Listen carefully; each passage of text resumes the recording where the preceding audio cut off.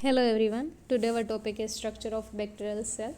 सो generally आपको label diagram of bacterial cell पूछा जाता है, ठीक है। सेल वॉल है, सेल मेम्ब्रेन है, फ्लैजेला है, वो 5 मार्क्स एंड 10 मार्क्स क्वेश्चन के अंदर पूछा जाता है। सो यहाँ पर इस वीडियो के अंदर हम स्ट्रक्चर ऑफ बैक्टीरियल सेल के बारे में बात करेंगे। Bacterial cell wall, cell membrane, उसके लिए मैं सेपरेट वीडियो बनाऊंगी, ठीक है। अगर 5 मार्क्स क्वेश्चन के अंदर या 10 मार्क्स के क्वेश्चन के अंदर आए तो आपको किस तरह से लिखना है। लेकिन इस वीडियो के अंदर हम बैक्टीरियल सेल के मतलब जो भी ऑर्गेनेल्स प्रेजेंट है, ठीक है, उसका मेन फंक्शन क्या है, उसका मेन पर्पस क्या है, उसके बारे में हम बात करेंगे। सो फर्स्ट ऑफ ऑल आपको एक डायग्राम दिखाई दे रहा होगा, ठीक है। तो यहाँ पर एक ग्रे कलर की लाइनिंग दिखाई दे रही है आपको, ठीक है। उससे हम कहेंगे कैप्सूल। जो ये ग्रे कलर की आउटर लाइनिंग आपको दिखाई दे रही है वो है कैप्सूल। फिर आपको एक रेड कलर की एक और लाइनिंग दिखाई दे रही होगी, ठीक है, उससे कहेंगे हम बैक्टीरियल सेल वॉल। और उसके अंदर और एक ग्रीन कलर की लाइनिंग दिखाई दे रही होगी, उससे हम कहेंगे सेल मेम्ब्रेन, ठीक है। तो यहाँ पर 3 लेयर है, ठीक है।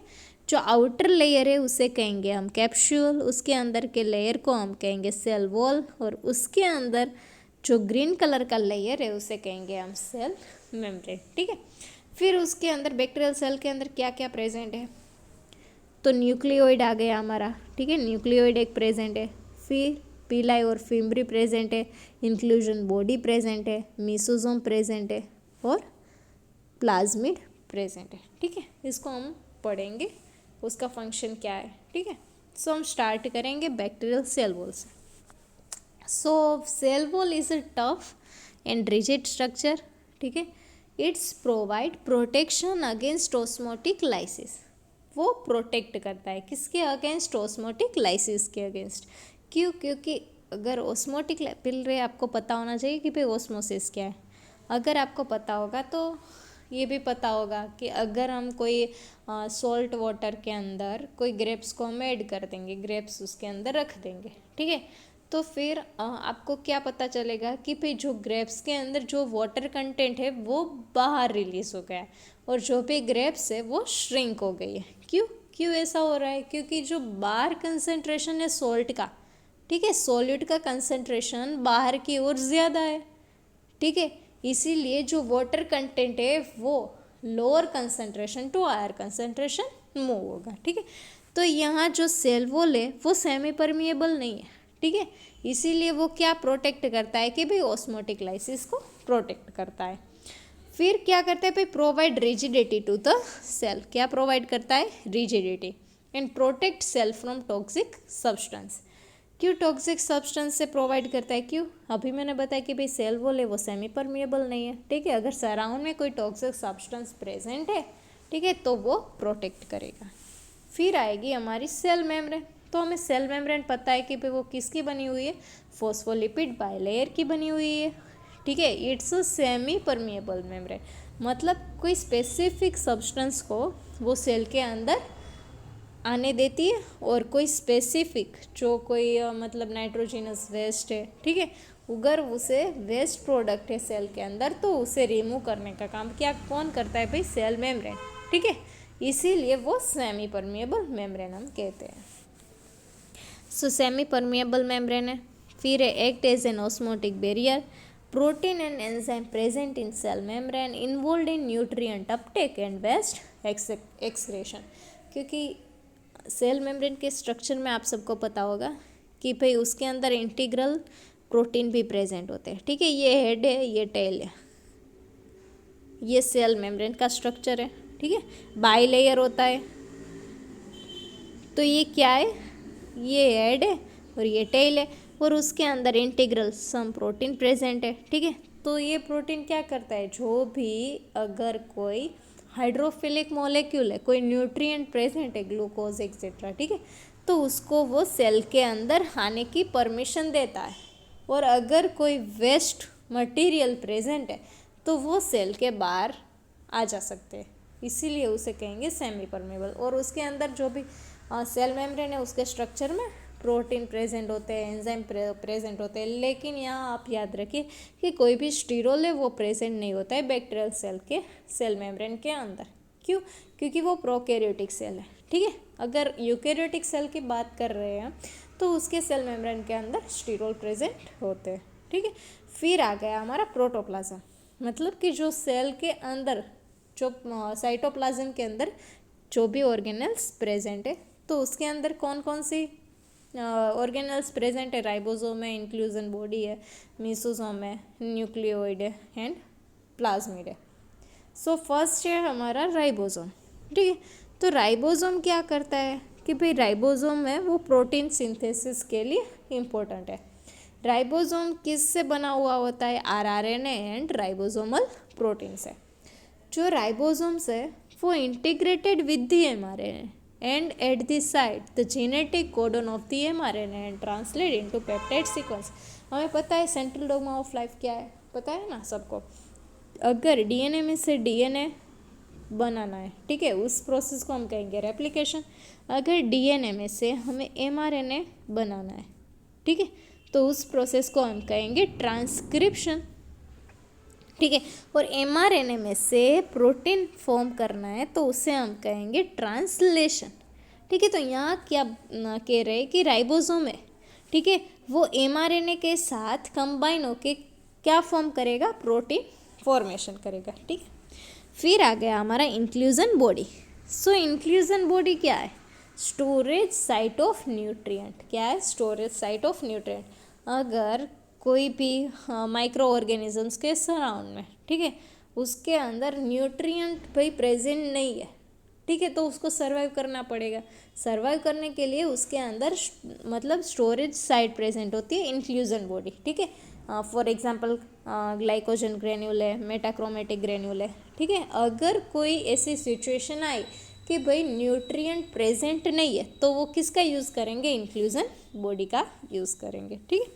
फिर आ गया हमारा mesosome. So first of all mesosome देख लीजिए, यहाँ है मीसोसोम, ये है मीसोसोम, ठीक है। तो मीसोसोम क्या है? Invagination of the plasma membrane, invagination of the plasma membrane, ठीक है। इट्स पॉजेज रेस्पिरेटरी एंजाइम, उसके अंदर क्या प्रेजेंट है? रेस्पिरेटरी एंजाइम प्रेजेंट है। और वो मीसोसोम का मतलब मेन फंक्शन क्या है?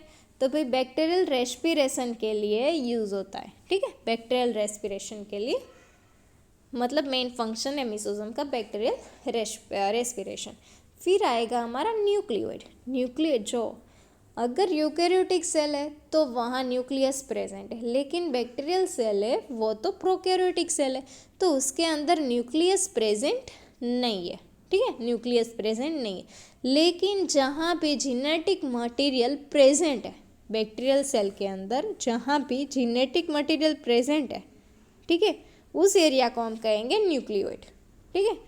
न्यूक्लियस प्रेजेंट नहीं है लेकिन जो भी जेनेटिक मटेरियल लोकेटेड है जिस एरिया में, उसको कहेंगे हम न्यूक्लियोइड, ठीक है। फिर आ जाएगा हमारा प्लाज्मिड। तो प्लाज्मिड क्या है? प्लाज्मिड है वो extra chromosomal double stranded circular DNA, ठीक है। वो कोई जेनेटिक मटेरियल जो बैक्टीरियल सेल का जेनेटिक मटेरियल है उसका पार्ट नहीं है। नाम यहाँ देखो, यहाँ लिखा हुआ है extra chromosomal double stranded circular DNA, ठीक है। अगर उसको रेप्लिकेट करना है तो उसके पास उसका खुद का ओरिजिन ऑफ रेप्लिकेशन साइट है, उसके अंदर जो भी एंजाइम्स रिक्वायर्ड है, ठीक है, वो सभी प्रेजेंट है। इसीलिए वो रेप्लिकेट करने के लिए वो कोई जेनेटिक मटेरियल जो बैक्टीरियल जेनेटिक मटेरियल है, न्यूक्लियोइड है, ठीक है, उस पर डिपेंडेंट नहीं है। फिर आएगा हमारा सेल वॉल अपेंडेजिस। उसके अंदर क्या है? कैप्सूल है, फ्लैजेला है, फिम्ब्री और पिलाई है। सो फर्स्ट हमारा कैप्सूल। तो मैंने कैप्सूल तो आपको पहले ही बताया कि ठीक है, जो बाहर का लेयर है, जो आउटर लेयर है वो है capsule. Layer of viscous material lying outside the cell wall called capsule. कि जो भी आउटर लेयर है जो विस्कस मटेरियल से बना हुआ है, ठीक है, उसी को हम कहेंगे कैप्सूल। कैप्सूल का मेन फंक्शन क्या है? तो कि भाई प्रोटेक्ट बैक्टीरिया फ्रॉम फेगोसाइटोसिस, ठीक है, फेगोसाइटोसिस से प्रोटेक्ट करता है and from the action of host cell lysosome, lysozyme enzyme से वो प्रोटेक्ट करता है। फिर क्या है? हेल्प इन बायोफिल्म फॉर्मेशन, और किस में हेल्प करता है, बायोफिल्म फॉर्मेशन के लिए। क्यों, अगर कैप्सूल है, ठीक है, वो क्या है, extra cellular polysaccharide layer. Biofilm formation मतलब बायोफिल्म क्या है, एक्स्ट्रा सेल्यूलर पॉलीसेकेराइड लेयर है।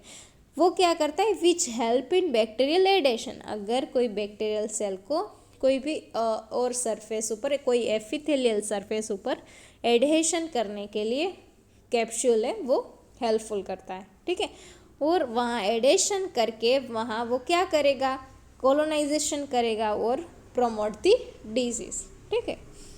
फिर आ गया हमारा फ्लैजेला, ठीक है। फ्लैजेला है वो एज अ लोकोमोटरी ऑर्गन है, ठीक है, वो लोकोमोशन के लिए हेल्पफुल है। मतलब कोई भी ऑर्गेनिजम्स को अगर मूवमेंट जो ऑर्गेनिज्म एक जगह से दूसरी जगह पर उसको मूवमेंट करना है, ठीक है, तो उसके लिए कौन हेल्प करेगा, फ्लैजेला हेल्प करेगा, ठीक है। वो क्या है, थ्रेड लाइक अपेंडेजेस है। Flagellum confer motility to the bacterium. क्या है, वो बैक्टीरिया को मतलब मोटिलिटी प्रोवाइड करता है, ठीक है। और लास्ट है हमारा फिम्ब्री। क्या है, फिम्ब्री। सो फिम्ब्री का ये स्ट्रक्चर हमने बैक्टीरियल सेल का दिखा था, ठीक है। तो यहाँ जो इस तरह से जो स्ट्रक्चर था, ठीक है, वो क्या है, वो है फिम्ब्री है, ठीक है। जनरली वो 2 टाइप्स की प्रेजेंट होती है, ठीक है, कॉमन पिलाई एंड सेक्स पिलाई। कॉमन पिलाई हम किसे कहेंगे, जो भी पिलाई है, ठीक है, वो बैक्टीरियल एडहेशन के लिए और कॉलोनाइजेशन के लिए हेल्पफुल होती है, उसे हम कहेंगे कॉमन पिलाई। जो पिलाई सिर्फ बैक्टीरियल सेल, कोई दूसरे बैक्टीरियल सेल, धारो कि ये बैक्टीरियल सेल है, ये दूसरा बैक्टीरियल, ये जो कॉमन पिलाई है वो एडहेशन के लिए सपोर्ट करती है, ठीक है। कोई भी ऑर्गेनिजम्स को अगर इसके साथ अटैच होना है, ठीक है, उसके एडहेशन के लिए, कोई एपिथेलियल सरफेस है, ठीक है, ये कोई एपिथेलियल सरफेस है तो उसके एडहेशन के लिए, ठीक है, और उसके कॉलोनाइजेशन के लिए हेल्पफुल करती है, वो एक कॉमन पिलाई। और सेक्स पिलाई हम किसे कहेंगे, हमें पता है कि भाई कॉन्जुगेशन प्रोसेस, आपको पता होगा कि अगर कोई कॉन्जुगेशन प्रोसेस करने, कोई help in bacterial conjugation by forming conjugation tube bacterial gene transfer. अगर कोई बैक्टीरियल जीन ट्रांसफ़र करना है, ठीक है, ये देख लीजिए एक बैक्टीरियल सेल है, ठीक है, ये दूसरा बैक्टीरियल सेल है, तो यहाँ जीनेटिक मटेरियल प्रेजेंट है दोनों में, और इसके पास प्लाज्मिड प्रेजेंट है और इसके पास प्लाज्मिड प्रेजेंट नहीं है, इसे हम कहेंगे F+ सेल है और इसे कहेंगे हम F- सेल, ठीक है।